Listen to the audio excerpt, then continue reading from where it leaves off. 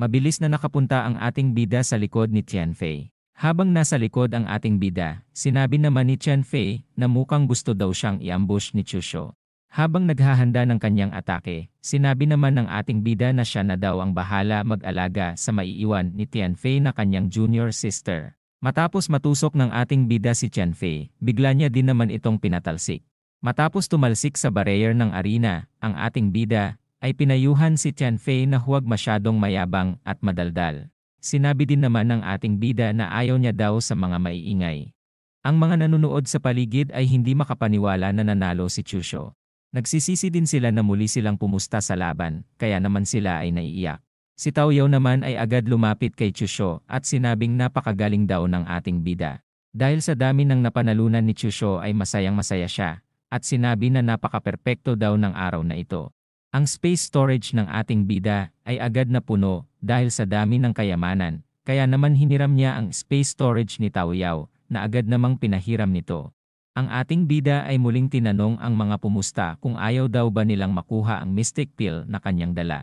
Ang mga pumusta naman ay sinabi na hindi daw nandito ang ating bida para makipaglaban, dahil nandito lang daw ito para mangkupal sa kanila. Mukhang wala na daw mapapala ang ating bida sa lugar, kaya naman aalis na daw ito. Dahil sa sama ng ginawa ng ating bidang kontrabida, nakatanggap na naman ito ng 200 breakthrough points. Habang paalis ang ating bida, binalaan naman siya ni Tao Yao na mag-iingat ito kay Lingyon dahil sa isa daw itong mapaghiganting tao. Matapos makauwi ng ating bida, napansin niya naman na nasa 600,000 ang halaga ng kanyang item na nakuha. Iniisip niya din kung ilang breakthrough points daw kaya ang magiging kapalit nito. Matapos makuha at maipagpalit ang item sa kanyang system, nagulat naman ang ating bida dahil tanging isang breakthrough points lamang ang kanyang nakuha mula rito. Humingi din ng pasensya ang system sa kanya dahil wala daw siyang magagawa tungkol sa problema ni Chusho. Hindi din daw magagawa ng ating bida na makabili ng breakthrough points gamit ang kanyang pera, kaya naman naiinis ang ating bida matapos malaman ito. Ang ating bida naman ay ipagpapalit na lang daw ang mga mumurahin na item sa Jubao Peak, habang ang mga mamahaling item naman ay gagamitin niya para makakuha pa ng breakthrough points. Si Chusho ay naramdaman na nagre-react ang maskara ni Mingdi, kaya naman napapaisip ang ating bida kung sino nga daw ba ang kausap nito. Ang eksena ay nalipat sa Taisu Peak. Si Mingdi ay nalaman kay Taisuzi na nakuha daw ng ating bida ang legendary primordial sword intent. Hindi din makapaniwala si Mingdi dahil isang mahinang cultivator lang daw ang ating bida para makuha ang sword intent na ito. Si Taisuzi naman ay sinabi na nakita niya daw si Chusho kagabi ng kanyang dalawang mga mata. Ang Holy Highness na si Suzy ay tinanong si Mingdi kung napansin niya daw bang nagbago ang ating bida. Kaya naman si Mingdi ay tinanong kung pinaghihinalaan daw ba ni Suzy na sinaniban si Chusho. Ito daw ang hinala niya noon, ngunit dahil kinakailangan na makontrol ang kanyang kaluluwa, natanggal na ito sa kanyang panghihinala. Si Mingdi ay tinanong naman kung paano naman daw kaya nakarating si Chusho sa Land of Beginnings. Si Suzy ay sinabi naman na malamang nakatanggap daw ito ng kakaibang kapangyarihan. Sinabi din ni Suzy na pangalagaan daw ni Mingdi ang cultivation ni Chusho, dahil baka balang araw daw ay magkaroon sila ng Emperor Sword God ng dahil sa ating bida. Si Mingdi naman ay iniisip na sobra pa daw ang nabigay niyang pag-aalaga sa ating bida. Si Chusho naman ay naririnig ang usapan ng dalawa dahil sa maskara, at iniisip na kailangan niya daw ulit makita ang kanyang master Mingdi. Ilang sandali pa, nalipat na ang eksena sa kwarto ni Mingdi. Si Chusho ay sinabi na nandito siya para makipagtsuktsakan sa kanyang master para madagdagan ang lakas ng kanyang cultivation. Si Mingdi naman ay sinabi na bakit daw itinago ni Chusho ang isang bagay sa kanya. Matapos magtaka ng ating bida kung ano ang tinutukoy nito, sinabi naman ni Mingdi na ang tinutukoy niya daw ay ang tungkol sa sword intent. Ang ating bida naman ay agad lumapit kay Mingdi at hinawakan ito sa bewang. Tinanong din ni Chusho kung paano nito nalaman ang tungkol sa sword intent. Si Mingdi naman ay sinabi na mahirap daw magtago ng sekreto sa Holy Highness na si Taisuzi. Kaya naman ang ating bida ay sinabi na kung ganon ay alam na daw ni Taisuzi kung gaano siya kahusay. Habang nagtatanong si Chusho kung may makukuha daw ba siyang resources, dahil sa kanyang husay, sinabi naman ni Mingdi na wala, dahil kahit ang isang emperor daw ay kailangan paghirapan na makuha ang mga resources na kailangan nila. Ang ating bida ay dumidiskarte na naman kay Mingdi. Ngunit sinabi naman ito na huwag na daw muna sila magtsuktsakan ng ating bida ngayong araw. Ang ating bida ay wala na daw gagawin ngayong araw, kaya naman inalok niyang makipagtsoktsakan ang kanyang master upang mapalakas pa ang kanyang cultivation. Dahil sa ginagawang kasamaan ni Chusho sa kanyang master Mingdi, nakatanggap na naman siya ng maraming cultivation talents. Matapos mapatuwad ng ating bida si Mingdi, mas napabilis pa ang pagpapalakas ni Chusho. Makalipas ang 6 na oras, ang cultivation speed ng ating bida ay nadagdagan na naman ng 31 times. At ito ay dahil sa pagpapahirap niya sa kanyang master Mingdi. Ang ating bida ay napansin na mas madali daw napagod ang kanyang master ngayon. Habang nakikipagtsuksyakan ito sa kanya, hinihinala din ng ating bida na dahil ito sa kanyang pag-unseal sa kanyang master. Habang iniisip na tanggalin ang seal ng kanyang master, napagtanto naman ni Chusho na masyado itong delikado. Ang ating bida ay aalis na daw, si Mingdi naman ay walang nasabi, at iniisip na lang na balang araw tatapusin niya daw ang ating bida. Nalipat ang eksena sa Jubao Peak, sa may Jubao Tower. Ang mga bantay naman sa lugar ay napansin ang ating bida na ito daw ay ang senior disciple ng Yunsha. Nabalitaan din daw ng 2 bantay, ang pagkapanalo nito ng 2 beses sa Life and Death Arena. Ang isang babae na may malalaking kokomelon naman ay welcome ang ating bida, at nagpakilala bilang si Shouran. Sinabi din ni Shouran na malamang nandito ang ating bida upang magbenta ng mga items. Matapos lapitan at hawakan ng ating bida ang mukha ni Shouran, si Chusho naman ay tinanong kung manghuhula daw ba ito dahil sa tama daw ang mga sinabi ni Shouran. Agad namang sinabi ni Shouran na mabilis daw kumalat ang pagkapanalo niya ng maraming items, kaya naman napagtanto daw ni Shouran kung bakit nandito ang ating bida. Niyaya na din ito ang ating bida na pumasok sa loob ng tower. Hindi pa daw nakakapasok ang ating bida sa Jubao Tower, ngunit agad na siyang sinalubong ni Shouran. Kaya naman napapaisip ang ating bida na malamang may kailangan daw ito sa kanya. Ang ating bida ay nagsimulang magtingin-tingin sa mga item na nasa loob. Si Shouran ay nakikitang wala pa daw napapamiling item si Chusho. Makalipas ang 30 minuto, iniisip naman ni Shouran kung bakit wala pa din daw pinipiling item si Chusho. Ang ating bida ay iniisip kung kailangan daw ba kaya ng mas malakas na mataas ang item level upang magkaroon ang ating bida ng mas maraming breakthrough points.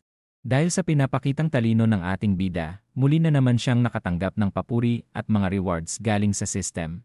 Si Shouran naman ay mukhang namamalikmata daw, dahil siya ay nakakita panandalian ng masamang pakiramdam sa mga mata ng ating bida. Ang ating bida ay gusto daw bumili ng mga spiritual energy recovery, at sinabing magdala daw si Shouran ng may halagang 15 million nito. Nagtaka naman si Shouran, dahil sa dami ng kailangan ni Chusho. Kukunin na daw ni Shouran ang kailangan ng ating bida, kaya naman nagpasalamat ito sa kanya.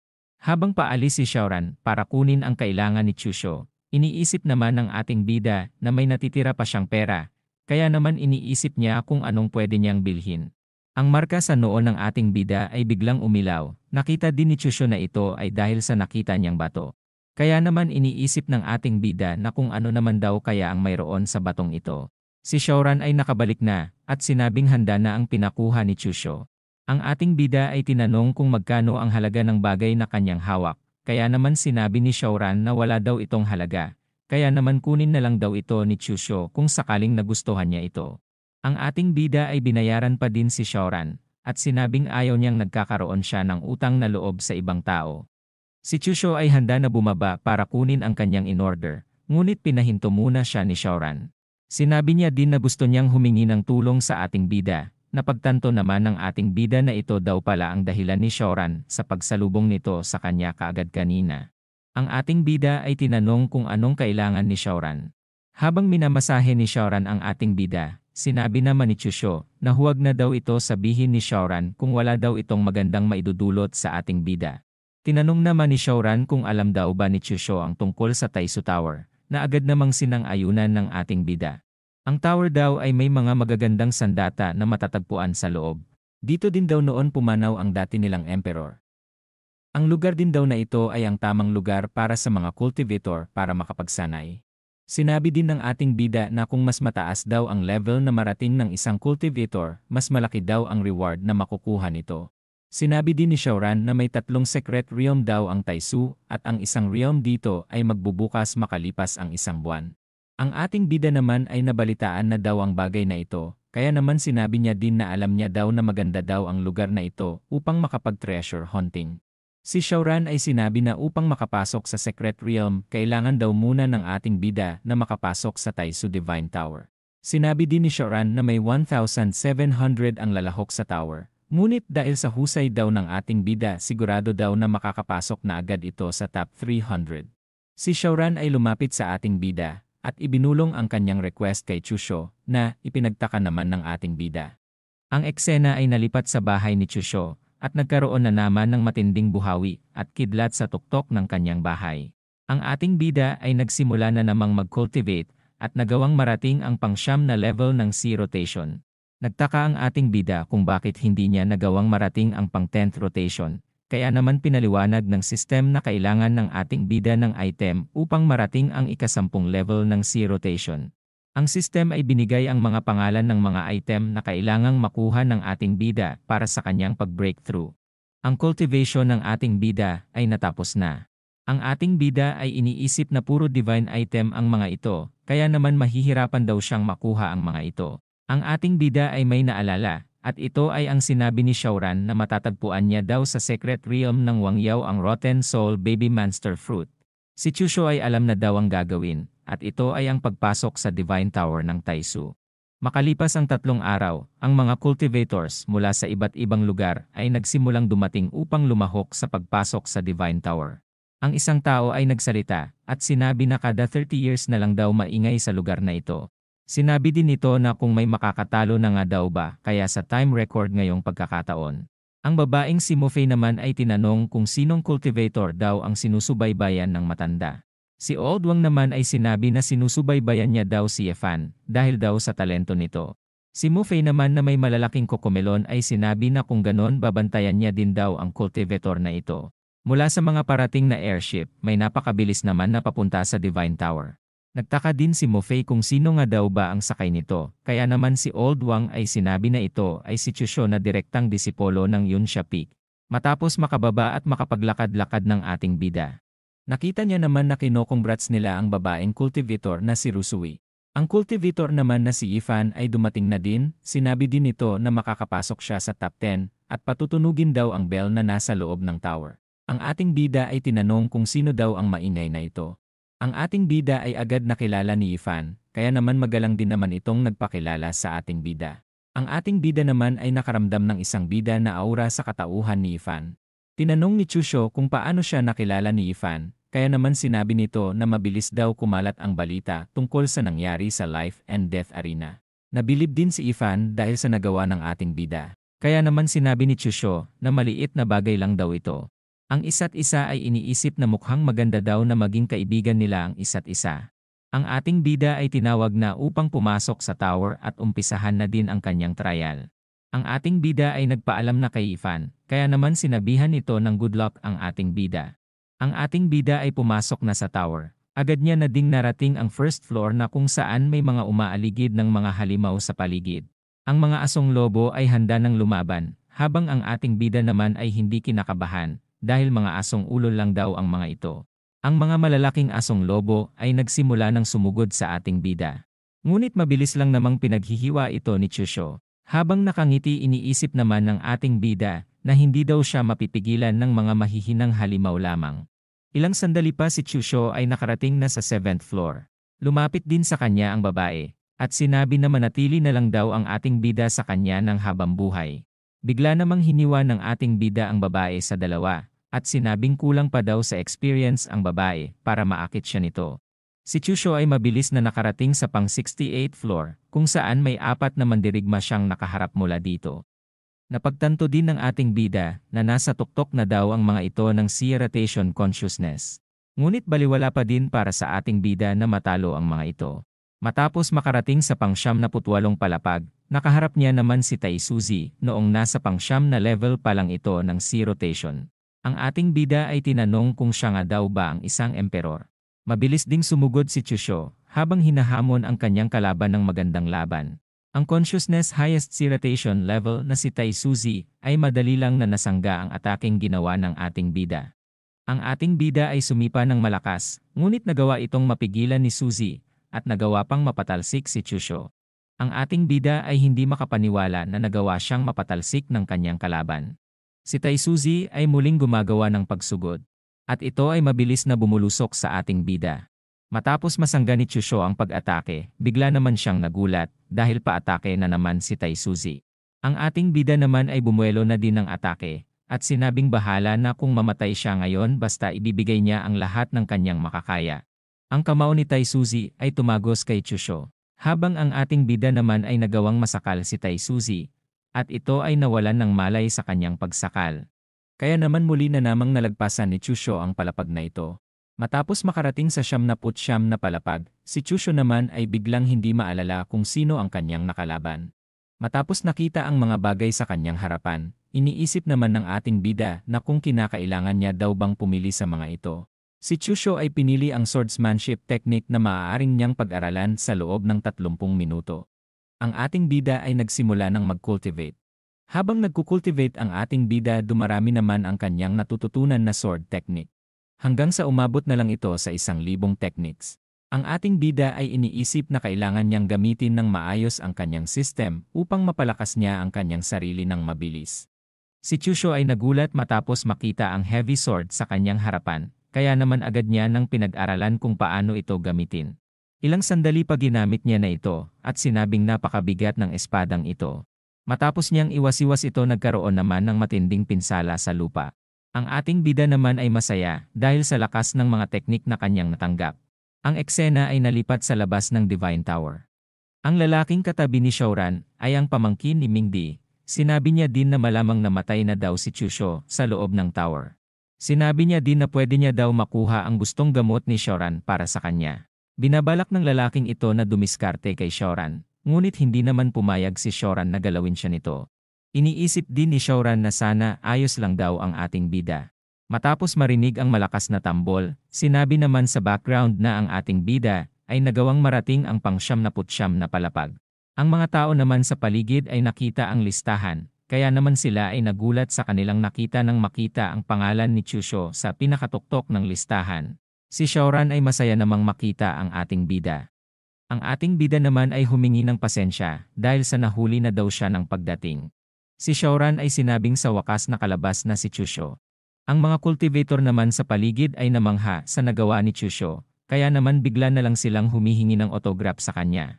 Ang ating bida ay iniisip na puro pambabanta sa kanyang buhay ang kanyang naging pamumuhay noon, ngunit ngayon ay tila naging kabaliktaran. Habang pumipirma ng autograph, iniisip naman ni Chusho na hindi na masama ang klase na pamumuhay na ito. Ang ating bida ay napansin ang pagdating ni Old Wang at ni Fomei. Agad namang sinabi ni Fomei na kailangan daw sumunod ni Chusho sa kanila, dahil gusto daw siyang makita ng kanilang Holy Master. Ilang sandali pa nalipat na ang eksena sa lugar ng Holy Master, na si Taisuzi, at kasama din si Mingdi. Ang ating bida ay agad namang nagpakilala, habang si Mingdi naman ay hindi magawang titigan ang ating bida. Si Taisuzi ay namangha daw sa ipinakita ngayong araw ni Chusho, dahil nalagpasan daw nito ang kanilang mga ninuno. Ang ating bida naman ay humingi ng parangal sa husay ng kanyang nagawa. Iniisip din ni Chusho na kailangan niya ng tanungin ang kanyang reward, dahil kailangan niya na daw agad na mas lumakas pa.